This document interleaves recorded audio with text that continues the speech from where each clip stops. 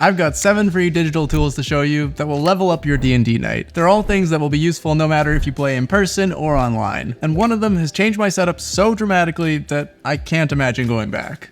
Son, you know, once you start, there's no going back. I'm also going to show you some of the great free resources from the sponsor of today's video, Describe. Welcome to the table. I'm Kelly, and I've got a free tool for you. Hey! Actually, I've got 7, and I'm going to tell you about them right now. We've got a map printing tool, a PDF search tool, roll tables for anything, free obsidian sync between your devices, one-click combat, a magic item card app, and my new favorite, digital character sheet. But first, as a couple people politely pointed out in the comments of my last free tools video, some of those tools had paid versions, and that's the same for these as well. But I'm only showcasing them because I actually use the free version, and I think the free version is good enough to stand on its own. With that out of the way, if you've played in person, chances are you've wanted to print out a battle map. But printing large-scale poster maps isn't always feasible, and trying to tile a map across multiple 8.5 by 11 sheets is a huge pain. I truly wish I'd found this earlier.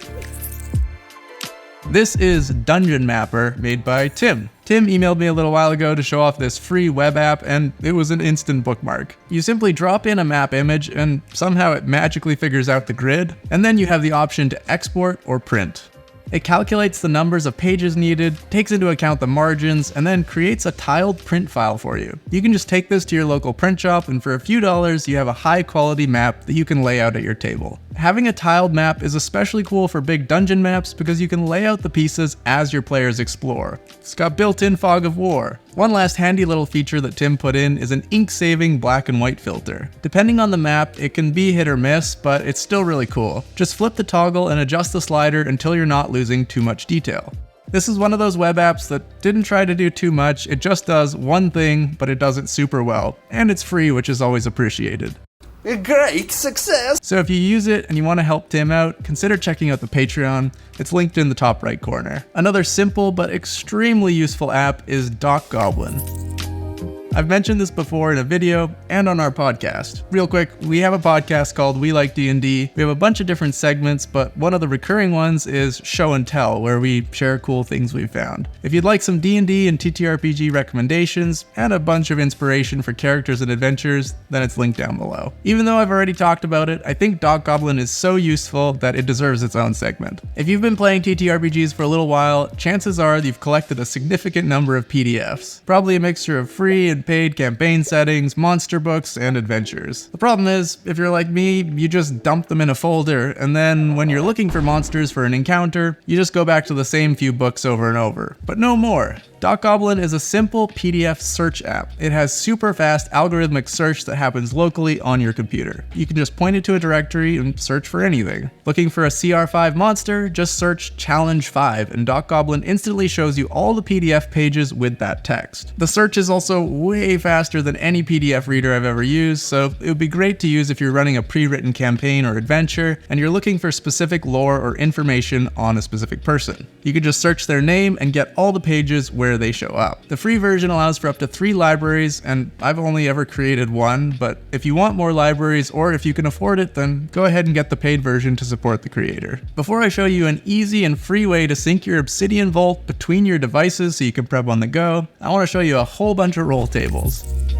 Auto roll tables seems to have roll tables for absolutely anything you could ever need. A cat appearance roll table? They got you. Breakfast at a city cafe? They got you. Witches? They got you. I got you.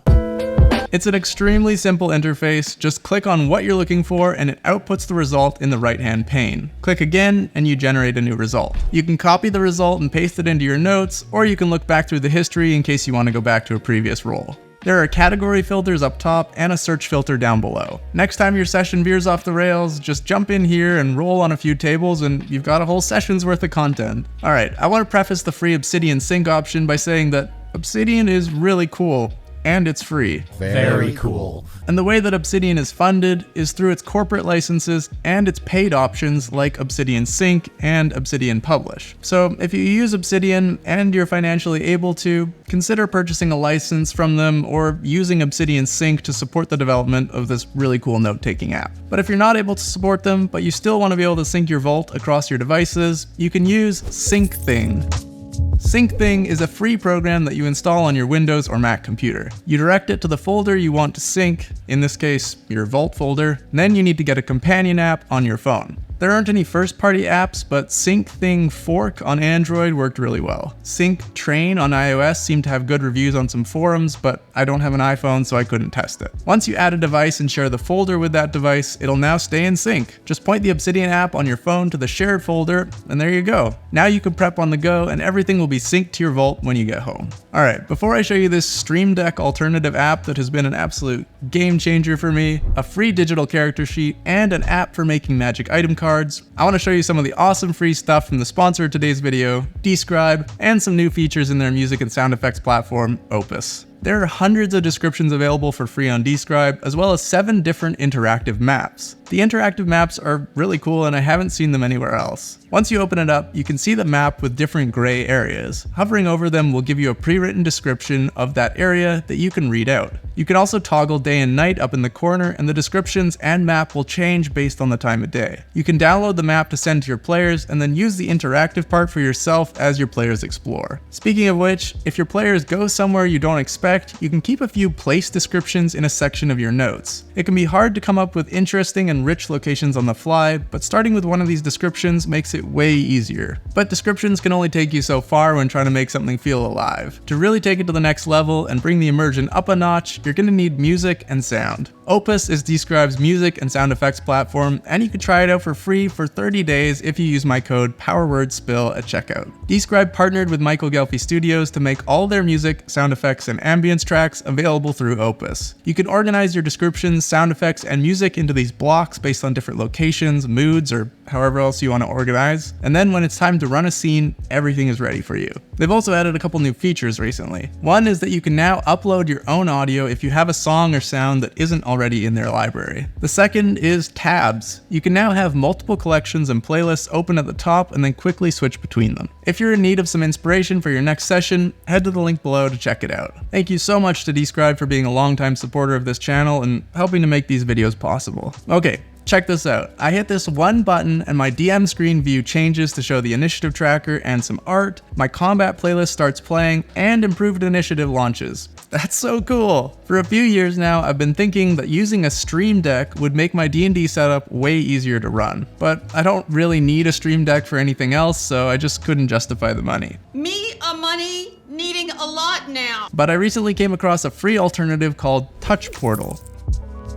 This is a program on your computer that runs macros and an app where your buttons show up. The free version allows for up to 8 buttons per page and 2 pages. Everything I'm about to show you here is using the free version. The interface is pretty simple. You can create a button by clicking on an empty square and then choose from a list of actions on the left. You can stack as many actions as you like, so here you can see my combat button. It goes to the improved initiative URL, then changes my OBS scene to my combat scene, then it opens a Describe URL to my combat playlist, waits a few seconds for the page to load, then clicks the play button. You could do so many different things with this, like having different buttons for different locations in your world, where it pulls up your Obsidian notes on that location, changes OBS to a suitable background, and plays a playlist for that location. I'm pretty excited about this. Let me know what kind of macros you're gonna build. And if you're enjoying this video, hit the subscribe button to let me know. I didn't think 100,000 subscribers would ever be possible, but now it kinda looks like it's within reach, so if you wouldn't mind helping me out, I'd really appreciate it. Alright, before I show you a new digital character sheet tool that one of you sent me, I want to share an app for making magic item cards. Altruist sent me an email telling me about Instant Armory. They said their players have really been enjoying crafting art and cards for their own magic items, which is really cool. This is a free app that comes with quite a bit of free content, and then if you want more art, you need to buy it. There aren't any export restrictions or anything like that I could see, just that some art comes in the free version and other pieces are paid.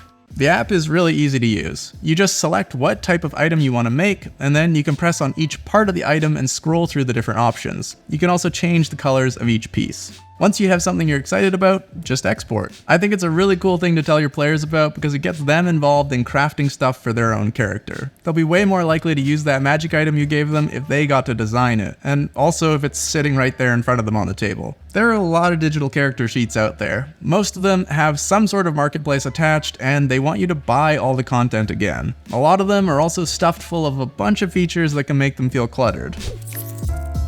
Hero's Diary is a super simple and straightforward character sheet. Doesn't have a lot of bells and whistles, it's just a really clean design with straightforward functionality. Rather than trying to be a VTT, it's very much just a digital version of a paper character sheet. My first impression was that the layout is really great. I found it really clear where everything was located, and I found it easy to navigate. I also appreciate that the font is easy to read and the design is minimal, so it doesn't obscure anything. I like making aesthetic stuff for my character, but my character sheet is not one of them.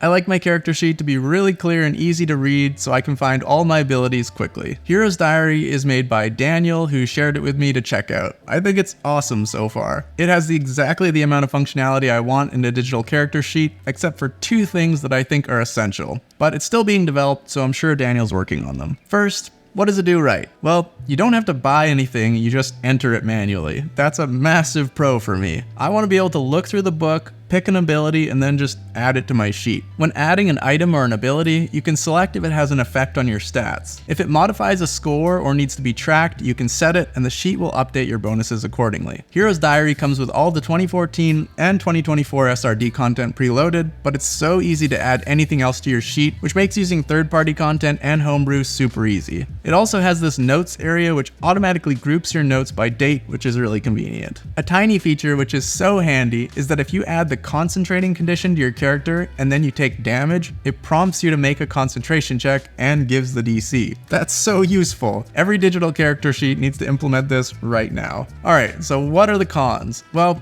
it doesn't have a built-in dice roller at the moment. One of the nice things about a digital character sheet, especially at high levels, is that you can roll massive damage really quick. You don't need to add up 10d6 while everyone watches. I like rolling physical dice, but sometimes I like the option of having the math done for me. The other thing is that it doesn't support portrait mode on mobile. This is a bit of a deal breaker for me because if I'm playing in person, I have my character sheet on my phone. I don't like having a laptop at the table because I find it too bulky. But again, it's still being developed, so I'm sure that Daniel will add this in the future. There's also a few other really cool features that I didn't mention, like the ability to drag stuff around and reorganize, but you should just go and try it for yourself because it's free. You know what else you should try? You should try watching this video here because I go over 7 more free tools. That's right, you could double your value instantly.